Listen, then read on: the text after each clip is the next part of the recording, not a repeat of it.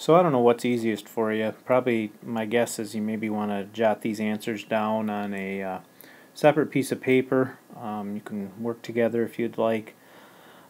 Just go ahead and label like slide 1 and then maybe 1, 2, 3 for each of these slides. But I'm going to ask a few questions here, just get you thinking a little bit about. You've probably already watched the first video that kind of oriented you to our project box. I had you do some wiring in that box. Hopefully you've learned a few things already. Hopefully we've kind of built a little interest in where we're going to go here with some of this motor control and some of this control work and the capabilities we have. So a couple of things. One, this device, this is called a proximity switch, and what you can do is you can access some information about this from chapter 9, and I have those orange books on the shelf.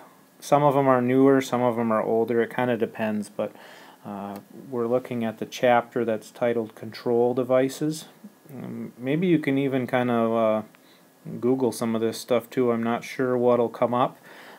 Also, notice the manufacturer of this is Allen Bradley. They have a ton of information on their website too, so you could actually search Allen Bradley and see what you could find. But this one should be pretty easy. You'll find one out in the shop if my picture's not clear enough here, but I'm interested in knowing, number one, what the voltage can be for this. They also are going to have a current rating. I'm interested in knowing the current rating on this one. And I think I actually mentioned the name. Let's see how well you're paying attention and see if you can remember what the name of this device is. Here's the second slide. This is the second device. Again, we're looking at something made by Allen Bradley. It's got a lot of information on the nameplate of it, but again, if you need to find one, there should be one out in the shop in a few different locations. So, what's this name? What is this thing called? What would you use this for? This one's got a small little button up here at the top, and once you find it, you can push that with your finger. And just interested in knowing what you guys think you could use it for. Maybe you'll come up with some things that I'm not even aware of. This one has some specialty built into it. It has a few sets of contacts. So how many sets of contacts? And also, it too has a voltage and a current rating. So what is that information? How many amps can this thing be used in a circuit? What's the max voltage it can be used at? So in that first video I showed you the back side of those push buttons. So that's what we're looking at right now, the back side of those push buttons. And on the back side of those push buttons there are these contacts, and these have the number 1 and they have the number 2 down here on each side. And notice there's some information here in the middle. Let me change to a different color here. It might be a little brighter for you to see that. This information right here, that's significant. I'm wondering what that means, and that relates to question 1. Number 2, what can I use this contact for? What would that be used for?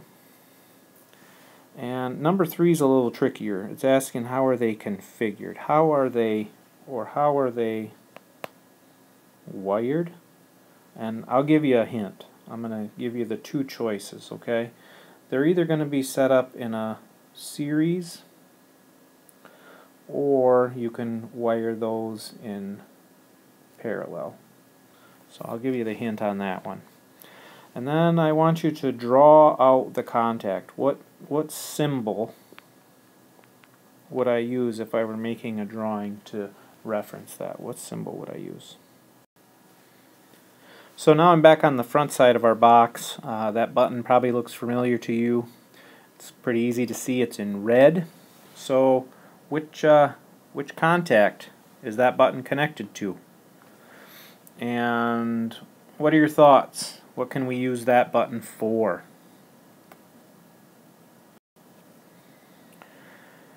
Here's slide 5. Hopefully you can see I'm being fairly creative here. I'm changing colors. That color, hopefully you've noticed, is kind of significant. Notice what's changed here now.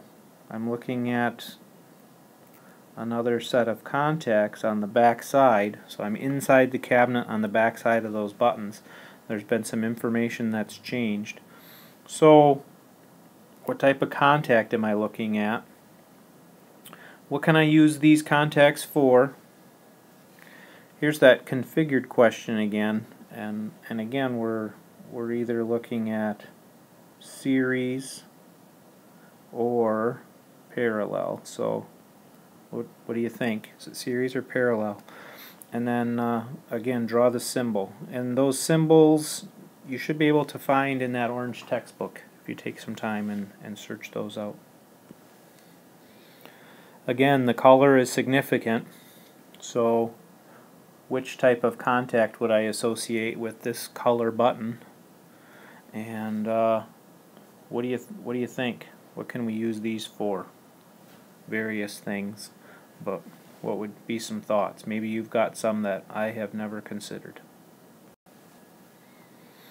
We only have one of these buttons on the front of the cabinet. It's probably easy to understand why, but I'm interested in what your thoughts are and what you would use this for. Contacts. What contacts are we going to be using? And why red? Is that significant? So here's the back side of that big red button. There's again two contacts on. We're looking at a little different numbering system again. You might want to use the multimeter and do some continuity work with this to help you understand. This one over here we've seen already.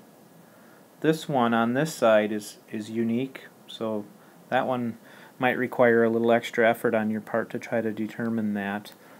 But again, tell me the type of contacts. Why would we use this contact? What could be? Remember, there's two sets, so one set might be used for one thing, another set might be used for something else. What are your thoughts on that? And then again, how is it configured? Is it series? Is it parallel? Is it a combination? Is there a correct order of how those should work? So what are your thoughts on that? This item is called a selector switch, and there's lots of uses. We'll explore a few. See if you can find some uses in the orange text. There should be some information if you look up the selector switch. What types of contacts can we have on there? And then there's a couple of different kinds. Is this a 2-position or is it a 3-position selector switch? So here's the back side of our contacts again. We've got contact 3, we've got contact 4. Again, that information there is important. We're looking at the back side of our selector switch. We're looking at the contacts of it. So here you go. What type of contacts are those? And then number 2 might involve you going out again, using the multimeter, moving that selector switch. Give me some feedback on what happens when you change the position of the switch in relationship to the contacts. What happens to those contacts?